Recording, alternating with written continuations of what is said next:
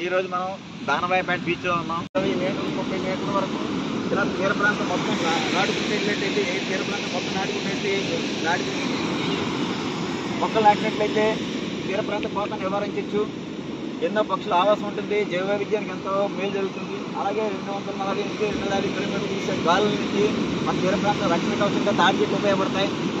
చూడండి ఎంత బాగుందంటే ఈ బీచ్లో చూసినటువంటి జైవ విద్యానికి నిలవలుగా ఈ బీచ్ తయారు చేయొచ్చు. ఈ సముద్ర తీర ప్రాంతం మొత్తం జీవ వైవిధ్యానికి నిలవలా ఉండాలని మా ఆకాంక్ష.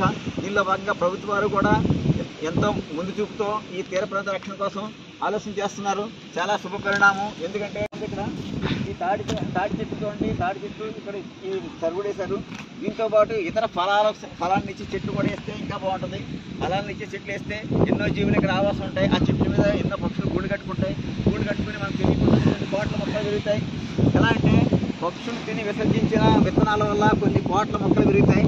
ఈ మొత్తం కోస్టల్ తీర ప్రాంతం అంతా కూడా నెల్లూరు నుంచి శ్రీకాకుళం వరకు కూడా తీర ప్రాంతం అంతా కూడా ఈ జీవ వైవిధ్యానికి నిలవలుగా తయారవ్వాలంటే, తుఫాను రక్షణ నుంచి కాపాడాలంటే మనం తప్పనిసరిగా ఈ ప్రాజెక్ట్ అమలు చేయాలి. తాడి చెట్లు, వెదురు, తర్వాత ఇతర ఫలాలను ఇచ్చే చెట్లు, ఇలాగా సరుగుడు ఇలా వేసినట్లయితే ఎంతో బాగుంటుంది. తీర ప్రాంత రక్షణ కవచంలో ఈ ప్రాజెక్ట్ ఉపయోగపడుతుంది. రైతుల భూముల్లో కూడా మనం వేరే ఇలాంటి సరుగుడు వేస్తే 3 సంవత్సరాల సరుగుడు ఇన్కమ్ వస్తుంది.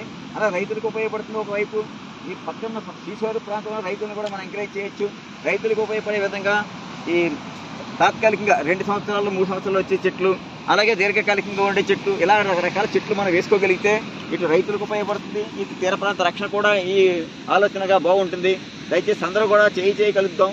తీర ప్రాంత రక్షణ కృషి చేద్దాం. అలాగే జీవ వైవిధ్యానికి పెంపొందించేలా మనం అందరూ కృషి చేద్దాం. వెదురు, తాటి, ఇంకా ఇతర పళ్ళ మొక్కలు, సరుగుడు ఇలాంటి అన్ని మొక్కలతో కలిపి ఒక ప్రాజెక్ట్ని మనం చేసుకుందాం. ప్రభుత్వం కూడా ఈ దిశగా ఎన్నో చర్యలు తీసుకుంటుంది. డెఫినెట్గా ఈ ప్రాజెక్ట్ సక్సెస్ అవుతుందని మా ఆకాంక్ష. మీ అందరికి కూడా మరొకసారి హరిత వికాస్ ఫౌండేషన్ తరపున ధన్యవాదాలు తెలియజేస్తున్నాం.